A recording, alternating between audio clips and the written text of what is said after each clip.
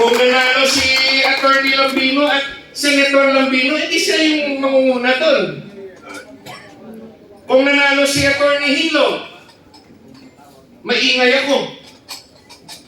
Kung nanalo si Senator Philip Salvador, magiging maingay si Senator Philip.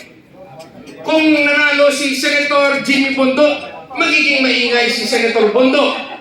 Kung manalo si Atty. Rodriguez, di sana maingay si Senator Rodriguez.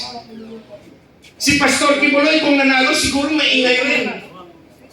Kung si Dr. Mata nanalo, magiging maingay rin.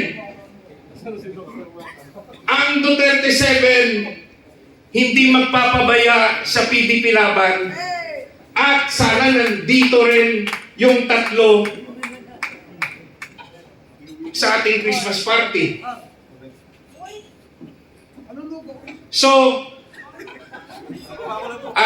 yan ang aking panawagan at humihingi ako ng tulong sa ating mga senador at sa ating mga kaalyado.